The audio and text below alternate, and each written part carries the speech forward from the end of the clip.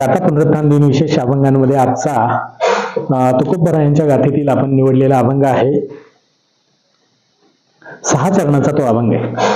तर हा अभंग क्रमांक 204 या अभंगाच्या माध्यमातून तुकोबरा आपल्याला सांगतात. जे का रंजले गांजले त्यासी म्हणी जो आपुले, तोची साधू ओळखावा देव तेथेची जाणावा.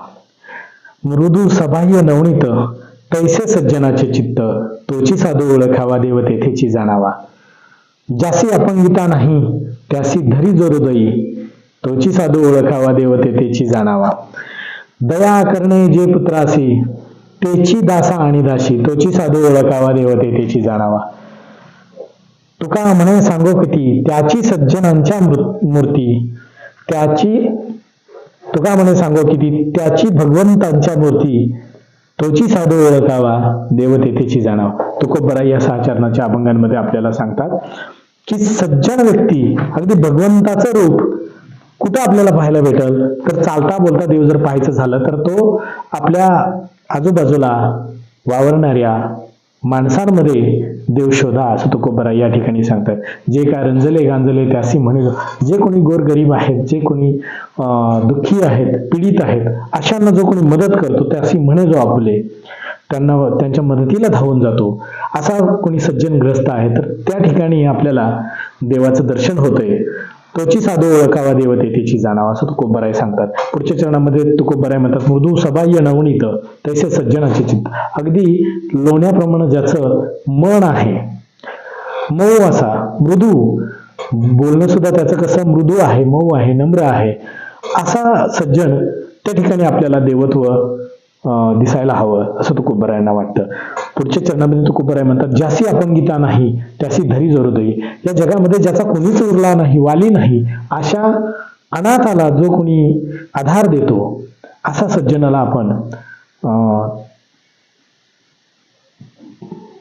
पांडुरंग, भगवान पांडुरंगाचं साक्षात रूप मानायला काही हरकत नाही, असं तुकोबराय म्हणतात. पुढच्या चरणामध्ये तुकोबराय म्हणतात, दया करणे जे पुत्रासी तेची दासा आणि दासी. आपल्या घरामध्ये जे कामगार असतात, अगदी त्यांच्यावर सुद्धा आपल्या मुलांप्रमाणे प्रेम करणारा जो मालक आहे, त्या मालकाच्या अंगी त्या देवत्वाची प्रचिती येते, असं तुकोबरायांना सांगायचं आहे. पुढच्या चरणामध्ये तुकोबराय म्हणतात, तुका म्हणे सांगो किती तेची भगवंताच्या मूर्ती. आणि सज्जन जे रंजल्या गांजल्यांना, म्हणजे जे दुःखी आहेत, पीडित आहेत, गोरगरीब आहेत, अशांना जो आपलं म्हणतो, त्याच्यानंतर ज्याचं मन आणि हृदय अगदी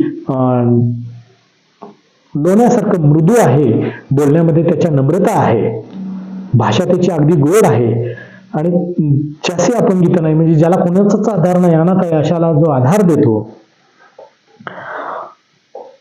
आणि आपल्या मुलाबाळांप्रमाणे नोकर चाकरावर प्रेम करतो, असा कोणी सज्जन असेल तर त्या ठिकाणी आपल्याला देवाची प्रचिती येते. आणि तुका म्हणे सांगो किती त्याची भगवंताच्या मूर्ती. तुकाराम महाराज म्हणतात की अशा सज्जनाच्या अंतकरणामधील देवत्वाला नमस्कार करतात. तुका म्हणे सांगो किती तोची भगवंताच्या मूर्ती, जे काय रंजले गांजले त्यासी म्हणे जो आपुले, तोची साधू ओळखावा देव तेथेची जाणावा.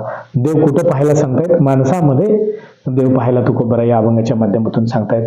रामकृष्ण हरी. चला उद्या भेटूया नवीन अभंगांसह. रामकृष्ण हरी.